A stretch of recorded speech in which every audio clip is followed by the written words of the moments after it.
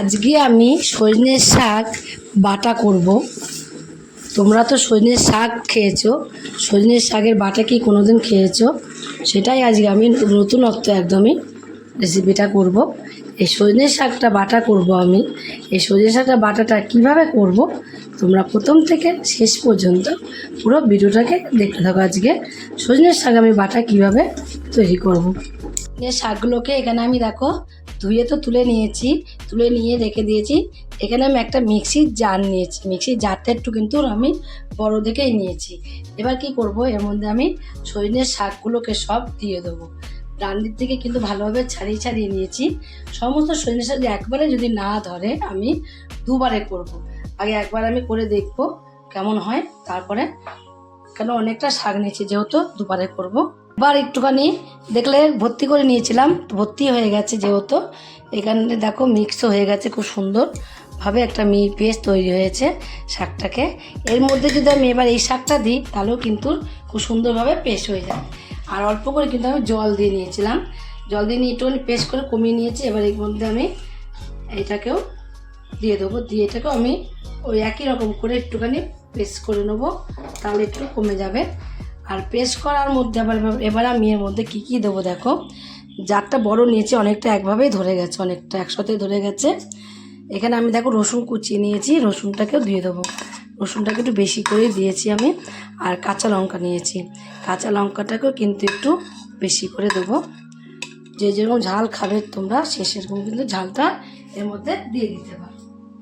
দেখো এর মধ্যে কিন্তু আমি কালো জিরে দেবো, কিন্তু কালো জিরেটা বেশি দেবো না। দেখো এখানে আমি 1 চামচ কালো জিরে দেবো, দিয়ে যে আমি আগে পেস্ট করেছি জল জল ভাব রয়েছে, এর মধ্যে এক্সট্রা জল কোনো কিছু আর দেবো না। দিয়ে এবার এটাকে আমি একটা পেস্ট তৈরি করে নেবো। কিছু দিয়ে কিন্তু আমি একটা পেস্ট তৈরি করে নিয়েছি একসাথেই। তোমরা দেখাচ্ছি, দেখো কত সুন্দর পেস্টটা হয়েছে। দেখো তোমরা একটা ফোঁটা কোনো রকম দানা ভাব নেই, কিন্তু এত সুন্দর পেস্ট হয়েছে। কালারটাও কত সুন্দর লাগছে দেখতে। আর একদম পুরো আমি যে কালো জিরে লঙ্কা রসুন দিয়েছি, কোনো রকম কিন্তু একটা দানা ভাবও নেই। এবার আমি এই পেস্টটাকে এক সাইডে রেখে দেবো। আর আমি তো কাঁচাই পেস্ট করে নিলাম। তোমরা যদি মনে ভাবো যে অনেকটা শাক করব, তাহলে তোমরা একটুখানি কিন্তু ভাপ দিয়ে নিতে পারো, ভাপ দিয়ে নিলে একটু কমে যাবে আর শাকটা, তাহলে তোমার পেস্টটাও ভালো হবে। তোমরা কিন্তু শিলনোড়াও বেটে নিতে পারো, আমি আর শিলনোড়া এক্সট্রা করে শিলনোড়ায় বাটলাম না। সজনে শাকে আমি পেস্টটাকে তৈরি করতে এক সাইডে রেখেই দিয়েছি, রেখে কড়াই বসিয়ে দিয়েছি গ্যাসে একটা। দেখো এদিকে আমি কড়াইটা কিন্তু এখন গরম হয়েও গেছে। আর কড়াইটা যখন গরম হয়ে যাবে এর মধ্যে দিয়ে দেবো আমি সর্ষের তেল। তোমরা তেলটা বুঝে শুনে দেবে, সবাই তো সমান খায় না তেল, কেউ বেশিও খায় কেউ কমও খায়, সেই বুঝে তেলটা দেবে। আমি দেখো এখানে একটু তেল দিয়ে দিয়েছি, তেলটাকে একটুখানি ভালোভাবে আমি গরম করে নেবো। তোমরা তো জানোই আমি তেলটা একটু বেশিই খাই, একটু বেশি করে দেওয়া হয়ে গেছে। তেলটা দিয়েও কিন্তু তেলটা ভালোভাবে গরম করে নিয়েছি। গরম করে এবার আমি মিক্সির পেস্টটাকে পুরোটাই দিয়ে দেবো এর মধ্যে। তাকে আমি দেখো মিক্সির জার থেকে কাচিয়ে দিয়ে দিয়েছি। পেস্টটাকে কাচিয়ে দিয়ে এবার আমি করতে থাকবো। অনেকটাই শাক আছে এখানে, তার জন্য আমি তেলটাও কিন্তু বেশি করে দিয়েছি। এই দেখবে নাড়তে নাড়তে কন্টিনিউ কিন্তু নাড়তে হবে, নাড়তে নাড়তে দেখবে কালারটাই চেঞ্জ হয়ে যাবে। আর তোমার হলো অনেকটা দিয়েছি আমি এখানে, দেখবে কতটুকানি হয়ে যাবে, মানে অল্প হয়ে যাবে একদম। নাড়তে থাকবো। আর গ্যাসের ফ্লেমটা কিন্তু আমি বেশি বাড়িয়ে দেবো না, একটু কমিয়ে কমিয়ে কিন্তু এটাকে নাড়তে হবে। আর বাড়িয়ে দিলে কী হবে বলো তো, বাড়িয়ে দিলে না পুড়ে যেতে পারে, আর পুরা গন্ধ কেমন লাগে খেতে, পুড়ে গেলে একদমই বিশ্রী লাগবে, সেই জিনিসটা খাওয়া যাবে না। তার জন্য গ্যাসটা কমিয়ে কমিয়ে এভাবে কন্টিনিউ নাড়তে হবে। তার আগে এর মধ্যে আমি একটা জিনিস দেবো, দেখো যেটা আমি দিইনি, যেটা স্বাদ বাড়বে সেটাই কিন্তু আমি এখনও দিইনি, লবণ। লবণ দিয়ে দেবো পরিমাণ মতো। এখানে আমি 1.5 চামচ লবণ দিলাম প্রথমে, আগে চেক করে নেবো একটু পরে, তারপরে যদি লাগে পরে দিয়ে দেবো লবণটা।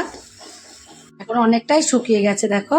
আগে যে আমি কতটা দিয়েছিলাম তখন কড়াইতে পুরো ভর্তি ভর্তি হয়ে গেছিলো, শুকিয়ে কতটা কমে গেছে। একটু টাইম নিয়েই করতে হবে। গ্যাসটা লো ফ্লেমে দিয়ে করছি টাইম নিয়ে, তার জন্য কিন্তু টাইম লেগে যাচ্ছে। আর বাড়িয়ে দিলে তো তাড়াতাড়ি হয়ে যাবে, কিন্তু পুড়ে যেতে পারে সাইডগুলো। পুরা লেগে গেলে একটা গন্ধ বেরোয় না, গন্ধ, তার জন্য পুরা লেগে যেন না যায় সেইভাবেই গ্যাসটাকে কমিয়ে দিয়ে একটু টাইম নিয়ে এটাকে তৈরি করতে হবে। যখন দেখবে এই নাড়তে নাড়তে দেখবে কড়াইয়ের নিচে একটু লেগে যাচ্ছে, তখনই ভাববে যে বাটাটা একদম পুরো কমপ্লিট হয়ে গেছে। আস্তে আস্তে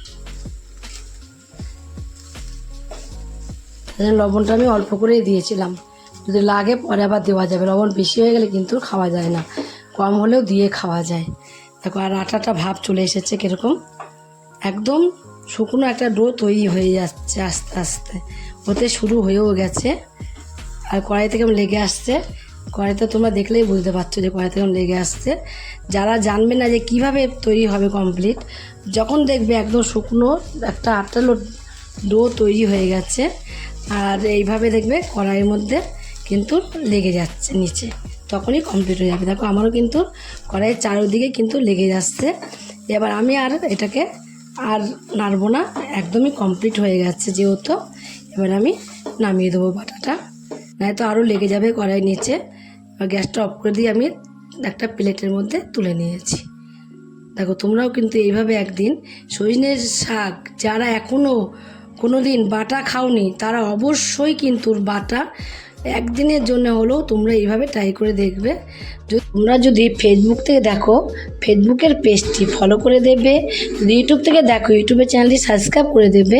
পাশে থাকা বেল আইকনটিটা প্রেস করতে ভুলবে না, তাহলে নতুন নতুন রেসিপিগুলো তোমাদের কাছে তাড়াতাড়ি পৌঁছে যাবে। আর আমার চ্যানেলের নতুন বন্ধু হয়ে থাকো, সাবস্ক্রাইব করেনি প্লিজ সাবস্ক্রাইবটা করে দেবে, সবার আগে তোমাদের কাছে নোটিফিকেশন ঢুকে যাবে। ছোট্ট করে লাইক করো, কমেন্ট করো, অনেক অনেক শেয়ার করো। নমস্কার বন্ধুরা, দেখা হবে আবার পরের রেসিপিতে।